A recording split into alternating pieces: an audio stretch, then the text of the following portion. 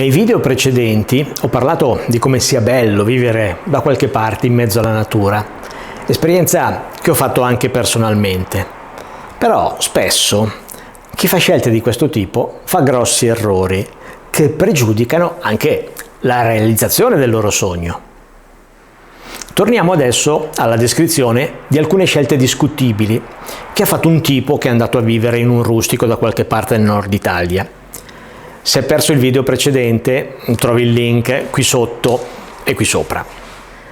Parlavo di mancanza di progettazione e quindi problemi, fatica aggiuntiva e aumento dei costi.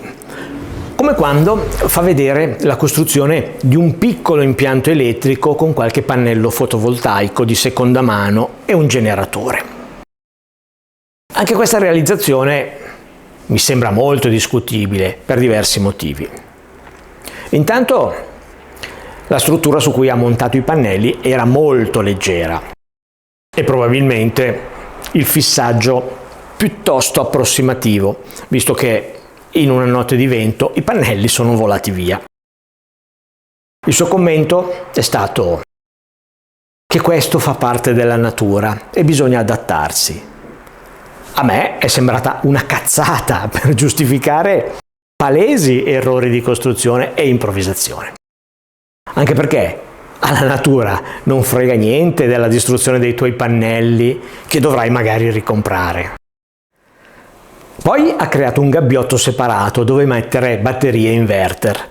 Qualche tempo dopo ha aggiunto un'altra parte di gabbiotto per installare un generatore, visto che i pannelli non erano sufficienti per la ricarica delle batterie. Oltretutto, il generatore a benzina è stato inserito in una struttura di legno completamente chiusa, con evidenti problemi di sicurezza. Poi dice che ha altri pannelli che installerà. Ma perché fare le cose in questo modo?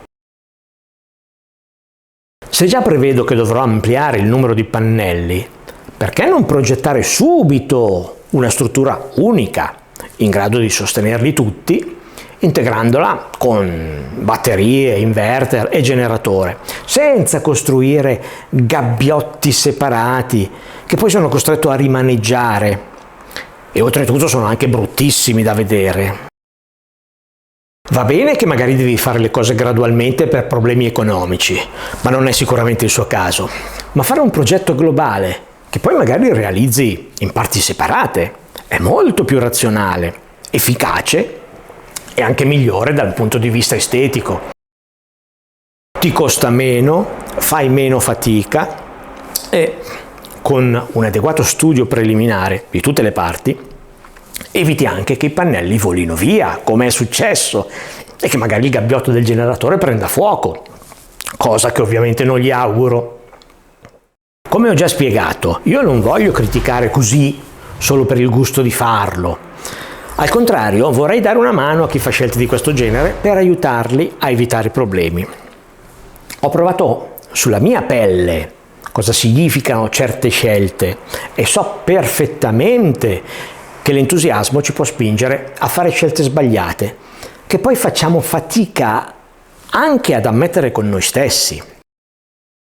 Io ho imparato che accettare qualche consiglio da chi ci è già passato è senz'altro utile, perché ci risparmia un sacco di tempo ed errori.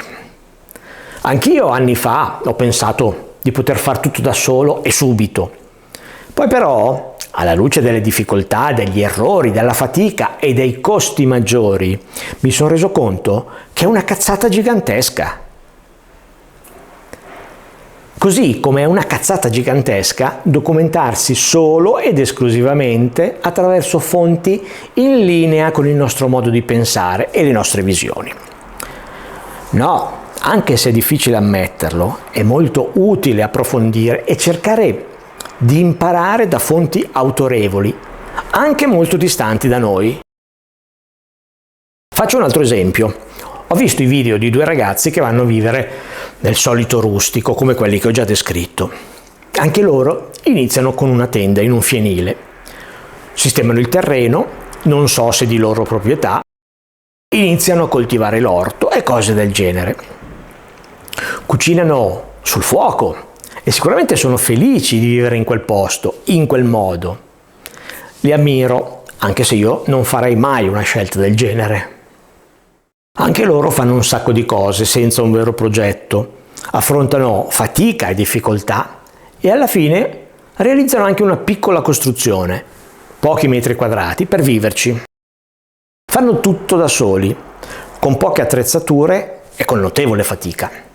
Però, quando si fermano a guardare il paesaggio o a mangiare una costata alla brace con verdure che hanno coltivato, sicuramente sono felici e li capisco benissimo. Poi però succede qualcosa. Ma te ne parlo in dettaglio nel prossimo video.